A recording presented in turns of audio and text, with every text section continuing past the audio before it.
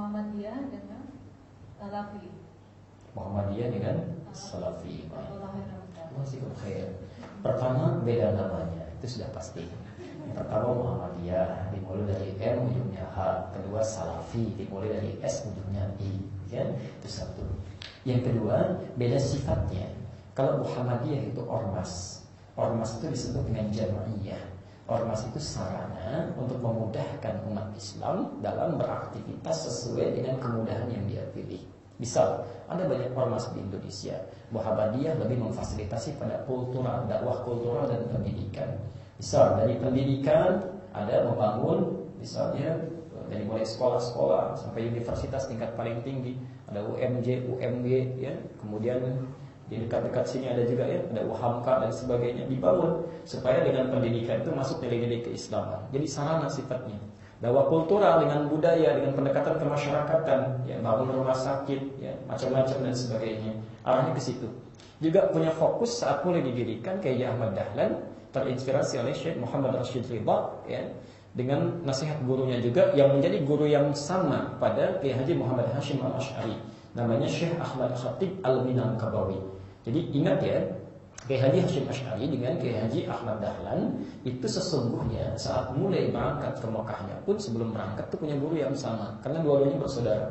Belajarnya pertama di Semarang lewat Kiai Haji Saleh Darat, kemudian dia lihat, oh ini bagus nih, ya cepat paham, diberikan kitab, sudah pergi saja ke Mekah, berangkatnya sama-sama, dan di Mekah gurunya sama, namanya Syekh Ahmad Khatib dari Minangkabau atau dari Sambas, dikenal dengan Syekh Ahmad Khatib As-Sambasi, ada yang menyebut Syekh Ahmad Khatib Al-Minangkabawi.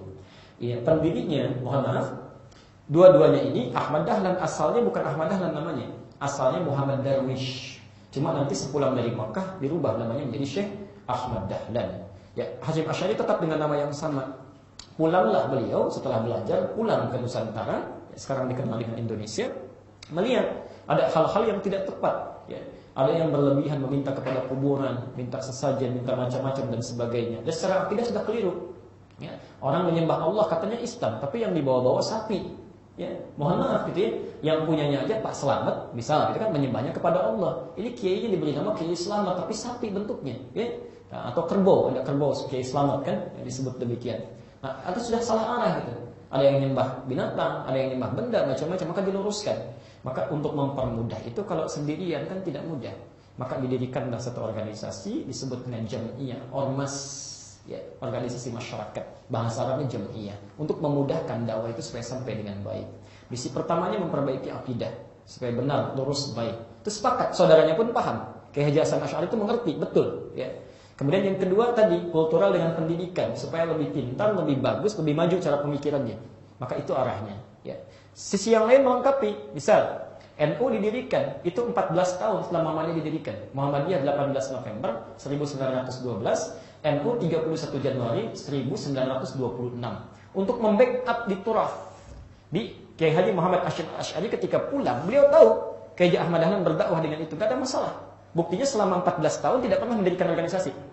Karena paham beliau, sudah ada diwakili oleh saudaranya, Kiai Haji Muhammad Ahmad Dahlan. Jadi setelah Kiai Haji Ahmad Dahlan wafat, ya, tahun 1925 wafat Kiai Ahmad Dahlan. Setahun setelah itu baru didirikan NU, Nahdlatul Ulama. Untuk memperkuat torasnya. Toras itu kitab-kitab klasiknya. Karena Kiai Haji Hasyim Asy'ari senang menulis. Makanya beliau membuat namanya langsung Nahdlatul Ulama. Kalau Kiai Haji Ahmad Dahlan mendirikan namanya Muhammadiyah supaya dari akidahnya Muhammad kembali kepada apa yang Rasulullah bawa. Muhammad, dia itu nisbah pengikut. Jadi pengikutnya Nabi Muhammad itu akidahnya mesti sama, tapi berpikiran lebih maju, mesti pintar, mesti berkembang dan sebagainya. Kiai Haji Hasyim Asy'ari kalau semua fokus di situ, siapa yang mengembangkan kitab-kitab Turaf, pemikiran klasik itu? Maka dibuatlah oleh beliau namanya Nahdlatul Ulama supaya ulamanya pun bisa bangkit, ya. Kalau semuanya ada ulama, ada rumah sakit, ada pendidikan, yang dakwah siapa? Maka terfikirkan nanti kemudian hari didirikanlah dewan dakwah, ya. Itu yang fokus kepada dakwah, bikin masjid, kirim dai dan sebagainya. Masya Allah. Pikirkan lagi kalau itu semuanya nanti muncul, bagaimana hubungan dengan saudara-saudara kita di luar, yang memperkuat kepada akidah yang baik, hubungan silaturahim, didirikan al-irsyad, macam-macam, ya. Semuanya nanti kalau beda-beda harus ada yang menyatukan, maka didirikan Persis lewat Ahasan itu, Persatuan Islam, macam-macam. Itu cuma wasilah saja untuk bisa memudahkan aktivitas kita sebagai umat Islam di Indonesia. Kalau salafi itu bukan ormas, bukan madhab, tapi dari kata salaf. Salaf itu manhaj artinya. Manhaj. Ya. Jadi salaf itu artinya sesuatu yang lampau, yang lalu. Kenapa disebut dengan salaf? Karena saat kita berusaha untuk beribadah, menunaikan pendekatan kita, ibadah kita kepada Allah Subhanahu wa taala, saya mau tanya, cara kita ibadah itu mesti seperti siapa caranya? Rasulullah sallallahu alaihi wasallam. Rasulullah itu hidup di zaman kita atau hidup di zaman dulu? Dulu itu bahasa Arabnya salaf.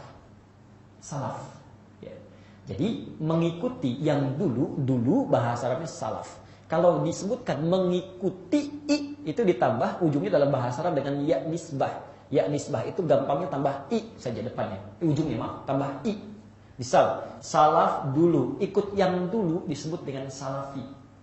Ya. Ini asalnya salafi itu bukan mazhab, bukan kelompok, bukan ormas, tapi manhaj. Ya, satu cara, satu arah supaya kita dalam beribadah mengikuti tuntunan yang dulu Rasulullah SAW yang disampaikan pada para sahabat, sampaikan pada para tabi'in. Itu masa lalu dulu. Kita ikuti jalannya. Ikuti jalannya. Nah, saat kita mengikuti jalan itu, maka cara kita disebut dengan salafi. Jadi, sebetulnya semua orang Islam itu nggak ada yang nggak salafi, semuanya salafi. Semuanya salafi. Tidak mungkin. Ya kalau ada orang mengaku misalnya saya bukan salafi, berarti sholatnya beda itu. Pasti salafi, nggak mungkin, pasti salafi. Karena salafi itu artinya ikut yang dulu, ikut Nabi. Ya, manhajnya. Di salafi itu bukan golongan tertentu, bukan kelompok tertentu, bukan misalnya eksklusif ini salafi yang lain bukan, tidak. Salafi itu manhaj. Nah, nanti suatu saat saya akan tunjukkan. Ibu kalau mau saya bisa berikan slide-nya. Ya, jadi dari zaman Rasulullah mengajarkan pada para sahabat, sahabat mengajarkan pada para tabi'in, ya. Nah, sifat pengajaran Nabi itu ada dua. Yang pertama, ada yang satu dalilnya, satu contohnya. Maka ini artinya nggak boleh beda. Ya, misal antum takbir misalnya kan, Allahu Akbar begini. Dalilnya satu. Ya. Diangkat kalau mau sejajar dengan bahu, Al-Bukhari nomor hadis 735, antum angkat begini, simpan di dada gini. Begitu diangkat disimpan. Ya. Ada lagi yang menggunakan misalnya di telinga sejajar. An-Nasa'i nomor hadis 1101. Tapi dua-duanya sama, mengangkatnya begini, simpan di dada, nggak beda. Kenapa Nabi mencontohkan dengan satu contoh saja? Karena semua manusia bisa melakukannya. Muslim, yang normal, yang wajar. Karena itu ketika Nabi mencontohkan cuma dengan satu contoh, artinya kita nggak boleh beda. Harus sama. Jadi jangan aneh sendiri. Ya, kayaknya nggak enak kalau kiri dulu, bagaimana kalau kanan dulu? Begitu diangkat, putar sedikit kanan misalnya kan? Begini. Nah, itu nggak usah. Jadi nggak usah terlalu kreatif. Kalau sudah jelas, lakukan. Jelas sampai sini? Baik. Misal, Nabi nggak ada contoh, langsung dalil. Setelah sholat subuh nggak ada sholat sunnah. Selesai kan? Udah. Ya, jadi ketika Nabi katakan, sudah selesai subuh, langsung selesai. Zikir. Nggak ada sholat sunnah. Nah, antum nggak usah bikin lagi. Jangan terlalu soleh. Begitu setelah subuh, sholat lagi misalnya. Itu nggak usah. Sudah selesai. Tapi sifat yang kedua, ada dalil, contohnya lebih daripada satu. Contoh. Saya paling gampang baca bismillah aja. Ada 4 cara. Satu disirkan. Kedua dijaharkan. Bismillahirrahmanirrahim. Jahar. Ketiga tidak dibaca sama sekali. Yang keempat dibaca rakaat yang pertama dalam sholat maksudnya. Selanjutnya tidak dibaca lagi. Di rakaat pertama subuh misal Bismillahirrahmanirrahim. Rakaat kedua nggak dibaca, langsung Alhamdulillahirabbil alamin. 4 cara. Ini artinya kemudahan bagi kita untuk memilihnya. Silakan. Mana yang paling nyaman kita lakukan. Maka Imam Asy-Syafi'i memilih jahar. Imam Abu Hanifah memilih nggak dibaca sama sekali. Ya. Imam Malik juga pilih nggak baca. Imam Ahmad bin Hanbal menengahi antara yang nggak baca dengan yang baca dengan jahar. Dibacakan sir oleh beliau. Dalilnya ada semua, itu kemudahan.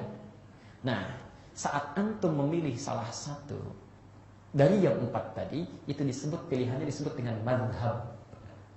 Madhab. Singkatan dari madhaba ilaihi. Apa yang kita ambil itu untuk mempermudah kita.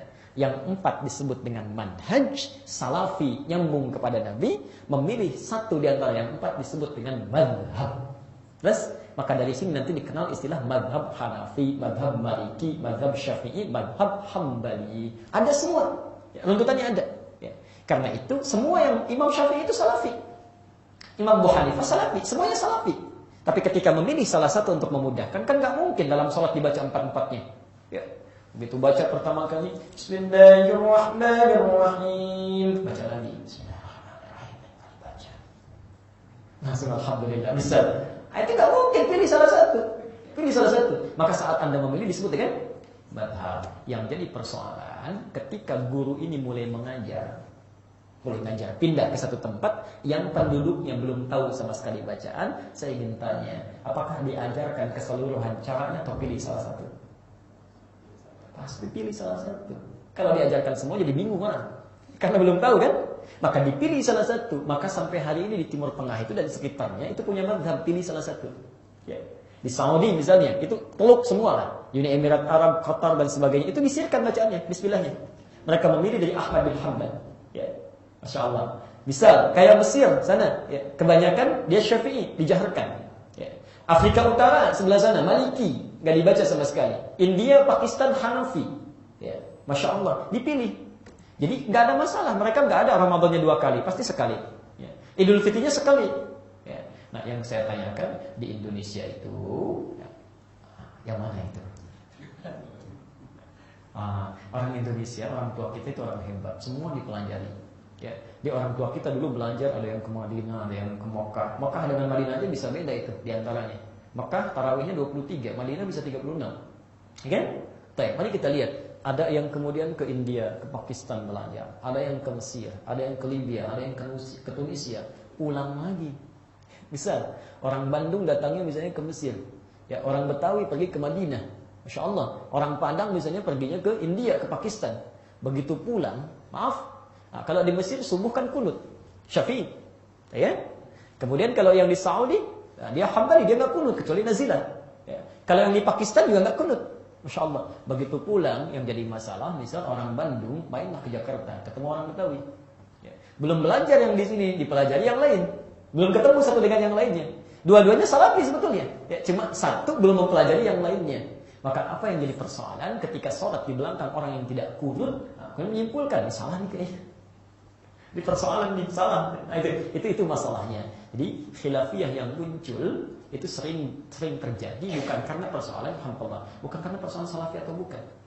Lebih karena kurang luasnya pengetahuan untuk didapati dan diketahui. Itu poinnya. Jadi jelas Bu ya, Muhammadiyah itu ormas disebut jamiah, salafi itu manhaj. Jadi semua orang Muhammadiyah itu pasti salafi, tapi tidak semua salafi Muhammadiyah. Jelas di sini? Baik. Ya, saya pernah di Mekah 2010 itu. Begitu nyambut rombongan yang pertama, Masya Allah, itu ke masjid, imamnya mimpin sholat isya itu. Kalau tidak keliru dulu Syekh Sudais, Alhamdulillahi Rabbil Alamin. Samping langsung bilang, ini kayaknya NU imamnya, Muhammadiyah imamnya. Oh dia imamnya, di sebelahnya nggak dijaharkan. Ya. Begitu subuhnya nggak baca kunut juga gitu ya. Wah ini mutlak ini, Muhammadiyah ini imamnya. Jadi nggak ada hubungan itu dengan Muhammadiyah, itu nggak ada hubungannya. Zaman Nabi nggak ada, zaman tabi'in belum ada. Itu baru di kisaran awal abad ke-20. Jelas Bu ya, saya kira. Baik.